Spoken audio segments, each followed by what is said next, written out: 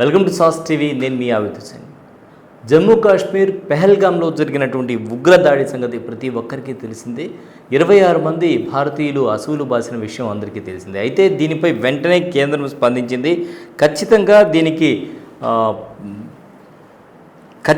ఈ దాడికి ప్రతీకారం తీర్చుకుంటామని చెప్పి చెబుతోంది. పాకిస్తాన్ ప్రేరేపిత ఉగ్రవాదులే ఈ దాడికి కారణం అని చెప్పి కూడా తెలియజేయడం జరిగింది. అదేవిధంగా యుద్ధ వాతావరణం అయితే సరిహద్దులో నెలకొనేటువంటి పరిస్థితి ఉంది. ప్రధానమంత్రి నరేంద్ర మోదీ అధ్యక్షతన ఈ నెల 23న భద్రతా వ్యవహారాల కమిటీ సమావేశం నిర్వహించడం, ఆ తర్వాత సరిహద్దులో చెక్పోస్టును తక్షణం మూసివేయాలని ఆదేశించడం, ఆ దిశగా చర్యలు కూడా తీసుకోవడం జరిగింది. అలాగే భారత్కు వచ్చినటువంటి పాకిస్తానీలు ఎవరైతే ఉన్నారో వాళ్ళందరినీ కూడా ఇక్కడి నుంచి వెళ్ళిపోండి అని చెప్పి కూడా ఆదేశించడం జరిగింది. ఎక్కడెక్కడ ఉన్నారు ఏంటి అనేది, అలాగే ఎవరైతే అక్రమ ఆధార్ కార్డులతో కానీ అక్రమ ధృవీకరణ పత్రాలతో కానీ ఎవరైతే దేశంలో ఉన్నారో వారందరినీ కూడా ఏరివేసే పనిలో పడింది భారతదేశం. అయితే దీని మీద మరోవైపు చాలామంది అంటే యూట్యూబర్స్ అయితే తమకు నచ్చినట్టు కామెంట్స్ అయితే చేస్తూ ఉన్నారు. ఎవరి ఇష్ట ప్రకారం వారైతే చేస్తున్నారు. ఇటు కేంద్రం మాత్రం ప్రధాని మోదీ అధ్యక్షతన ఈరోజు మళ్ళీ సిసిఎస్ సమావేశం కేంద్ర హోంమంత్రి అమిత్ షా, రక్షణ శాఖ మంత్రి రాజ్నాథ్ సింగ్, ఆర్థిక శాఖ మంత్రి నిర్మలా సీతారామన్, విదేశాంగ మంత్రి సుబ్రహ్మణ్యం జైశంకర్ వీరందరితో కలిసి ఒక సమావేశం అయితే నిర్వహించడం జరిగింది. సో యుద్ధం చేయడానికి ఎలాంటి ప్రణాళికలతో ముందుకెళ్ళాలి ఏంటి అనేది ఈ విధంగా వీరంతా చర్చిస్తున్నారు. అలాగే త్రివిధ దళాల అధికారులతో కూడా చర్చలు జరుపుతూ ఉన్నారు.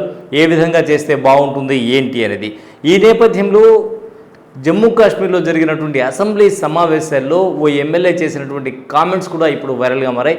అసలు ఆ ఎమ్మెల్యే ఎలాంటి కామెంట్స్ చేశారు ఏంటి ఒకసారి చూద్దాం. సో ఈ దాడికి సంబంధించి ఎమ్మెల్యే మెహరాజ్ మాలిక్ ఈయన స్పీచ్ కొంత ఆసక్తికరంగా ఉంది. ఒకసారి అసలు ఏమన్నారు ఏంటి ఒకసారి చూద్దాం. యుద్ధం చేసేందుకు భారత్ అయితే సిద్ధమైంది. పాకిస్తాన్తో యుద్ధం చేయాల్సిందే. ఎందుకంటే బుల్లెట్కి సమాధానం ఖచ్చితంగా బుల్లెట్తో ఇవ్వాల్సిందే. బుల్లెట్కి సమాధానం బుల్లెట్తో ఇవ్వాల్సిందే. ఆ దిశగా భారత్ ముందుకు సాగాలి. ఎట్టి పరిస్థితుల్లో ఇటువంటి దాడులను ఉపేక్షించేది లేదు. ఏది జరిగినా కూడా కాశ్మీర్కి సంబంధించి మాట్లాడుతూ ఉన్నారు.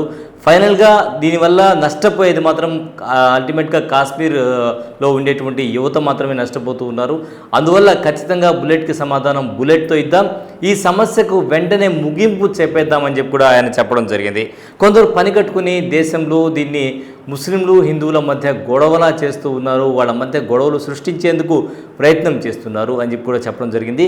కేవలం ఒక నలుగురు ఉగ్రవాదులు, పాకిస్తాన్కి సంబంధించినటువంటి నలుగురు ప్రేరేపిత ఉగ్రవాదులు చేసినటువంటి చర్య వల్ల హిందూ ముస్లింల గొడవలా మారేటువంటి పరిస్థితి ఈరోజు నెలకొందని చెప్పి కూడా ఆయన చెప్పడం జరిగింది. కొంతమంది కాశ్మీరీ యువతను బయట ప్రాంతాలకు చదువుకోవడానికి వెళ్తే వాళ్ళని కొడుతూ ఉన్నారు అని కూడా ఈయన చెప్పడం జరిగింది. అంటే ఇతని పేరు మాలిక్, మెహరాజ్ మాలిక్, ఎమ్మెల్యే మెహరాజ్ మాలిక్ తన స్పీచ్లో చెప్పడం జరిగింది. కేవలం దేశంలో మతాల మధ్య విద్వేషాలు సృష్టించేందుకే పాక్ తీవ్రవాదులు మతం పేరుతో మారణకాండ సృష్టించారు అని కూడా ఆయన అసెంబ్లీలో చెప్పడం జరిగింది.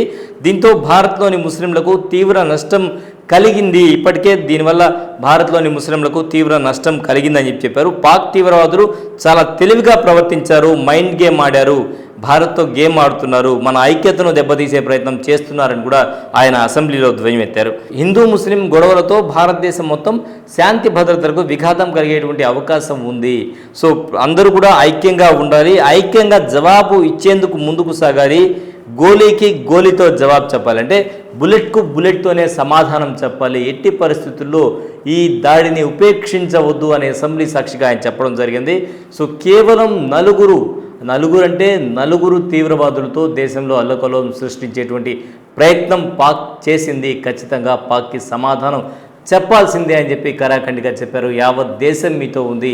సో మోడీ సారథ్యంలో భారతదేశం ముందుకు సాగాలి, ఖచ్చితంగా పాక్కి సమాధానం చెప్పి తీరాల్సిందే అంటూ అసెంబ్లీ సాక్షిగా ఆయన చెప్పడం జరిగింది. సో దేశం మొత్తం కూడా దీని గురించే చర్చించుకుంటున్నారు. మరి ప్రధాని ఎలాంటి స్టెప్స్ వేస్తారు అని చెప్పి అందరూ చూస్తూ ఉన్నారు. మరోవైపు ఇతర దేశాలు ఏవైతే ఉన్నాయో దేశాలు మాత్రం కొంచెం శాంతించమని చెప్తూ ఉండేటువంటి పరిస్థితి. కానీ ఇది శాంతించేటువంటి అంశం కాదు. భారతదేశం మీద, భారతీయుల మీద జరిగినటువంటి దాడి ఇది. ఖచ్చితంగా దీనికి సమాధానం చెప్పాలని అయితే యావత్ యువత కోరుకుంటోంది.